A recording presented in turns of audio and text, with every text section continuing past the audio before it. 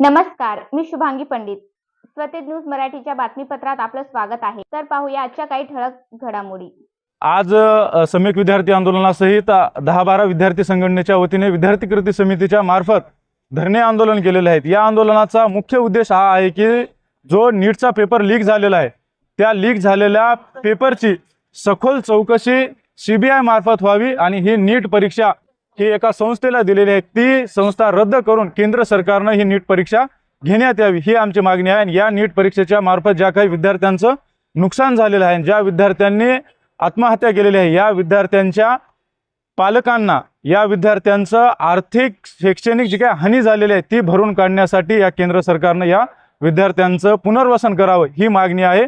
आणि education minister Dharmendra Pradhan आहेत, या धर्मेंद्र प्रधानांनी राजीनामा द्यावा या प्रमुख मागण्यासह आज आम्ही धरणे निदर्शने केलेली आहे.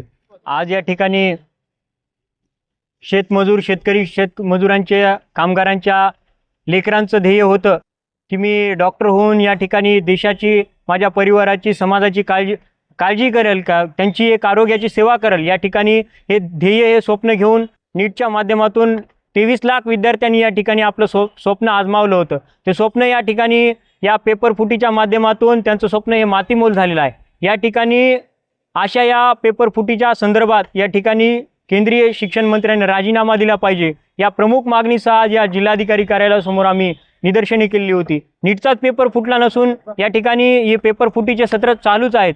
या मागच्या वेळेस आरोग्य भरतीचा पेपर असेल, तलाठी भरतीचा पेपर असेल, वारंवार हे पेपर फुटीचे प्रकरणं चालू आहेत. केंद्र सरकारने ठोस असा या ठिकाणी एक कायदा बनवून या ठिकाणी जे पेपर फुटीचे प्रकरण आहेत ते थांबवले पाहिजेत, एवढीच या ठिकाणी मागणी आहे. नांदेड जिल्हा विद्यार्थी कृती समितीच्या वतीने सर्व समविचारी संघटनांच्या वतीने जो देशातील सर्वात मोठा शिक्षण क्षेत्राला काळीमा फासणारा लांछनास्पद प्रकार वैद्यकीय पूर्वपरीक्षा जी नीट याच्यामध्ये खूप मोठ्या प्रमाणावर गैरव्यवहार झाला आणि याची पाळंमुळं नांदेडातून सुरू झाली. आज घडीला 5 राज्यात याचे लोन पसरले आहे. फक्त मोठे गावकर नाहीये तर इतर क्लासेसची सुद्धा चौकशी करण्यात यावी. इतर खाजगी क्लासेसचा सुद्धा मोठे गावकरांचा जो टॉपर आहे तोच इतर टॉपर खाजगी क्लासेसवाल्यांच्या सुद्धा फ्लेक्सवर झळकत होता. त्यामुळे हा सोहळा मेरिटचा नाही, हा मृत्यूचा सोहळा या खाजगी क्लासेसवाल्यांनी बनवलाय. त्यामुळे शिक्षकी वेशात वावरणाऱ्या नराधमांना कठोरातलं कठोर शासन झाले पाहिजे. आतापर्यंत 2019 ते 2026 पर्यंत ही नीटची पेपर फुटीची मालिका होती, फक्त 26 पुढे नव्हती.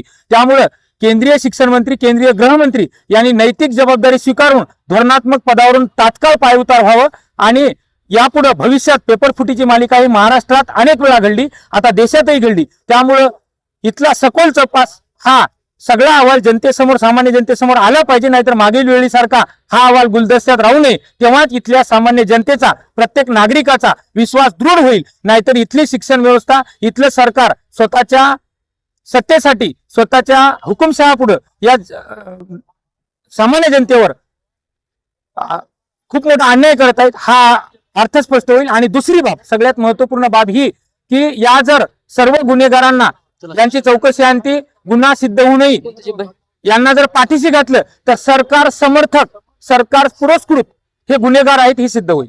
विद्यार्थी कृती समितीच्या वतीने, सर्व विद्यार्थी असोसिएशनच्या वतीने आज नांदेड जिल्हाधिकारी कार्यालयासमोर विविध विद्यार्थी संघटनेतर्फे आज विविध मागण्या घेऊन धरणे आंदोलन करण्यात आलं. या धरणे आंदोलनाच्या मुख्य मागण्या अशा की जी नीट पेपर फुटी ही 2026चीच नाही, अगोदरच्याही जे नीट पेपर फुटी झालेल्या आहेत त्या सर्व पेपर फुटीची एक SITची कमिटी हे करून, गठीत करून त्यांनी सर्वांनी, शासनाने या गोष्टीकडे गांभीर्याने लक्ष देऊन या जे दोषी आहेत त्या सर्वांवर कडक शासन करावं.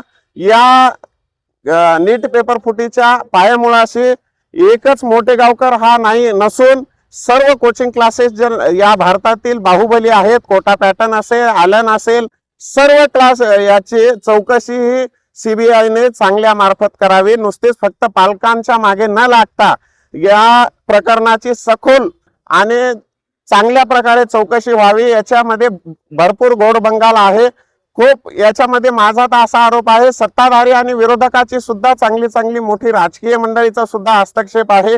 याच्यात विरोधी असो की सत्ताधारी असो, हा प्रश्न आहे विद्यार्थ्यांच्या आयुष्याचा. त्यामुळे सांगतो, आपल्या चॅनल मार्फत आवाहन करतो सरकारला की तुमचा असो आमचा, त्याची गय न करता माझा आता किंवा या विद्यार्थी कृती समितीचा एक आरोप असा आहे किंवा मागणी म्हणा तुम्ही, जशी एका बलात्काराला शिक्षा अपेक्षित आहे आपल्या भारतीय संविधानात किंवा भारतीय मनांच्या लोकांमध्ये, तशीच या नीट पेपर फुटीत जे आयुष्य बर्बाद झालेले आहेत विद्यार्थ्यांच्या, तशीच जशी बलात्काऱ्यांना फाशीची शिक्षा अपेक्षित असते तशीच यांना एकतर फाशीची शिक्षा द्यावी किंवा चौकात आणून त्यांना इन्काउंटर करावा. आणि हे जे मोदी सरकार आहे त्यांना एक आव्हान आहे, खरंच यांच्या अनधिकृत बांधकामावर तुम्ही बुलडोजर चालवणार का? एवढीच विद्यार्थी कृती समितीच्या वतीने मागणी आहे. आणि आपल्या चॅनल मार्फत एक नम्र आवाहन करतो पालकांना, तुम्हीही या आंदोलनातून एक शिक घ्या तुम्ही किंवा समज घ्या. यांच्यानंतर तुम्ही अशा या फावल्या कोचिंग क्लासेसच्या नादात न पडता आपल्या विद्यार्थ्यांना घरीच शिक्षण द्या.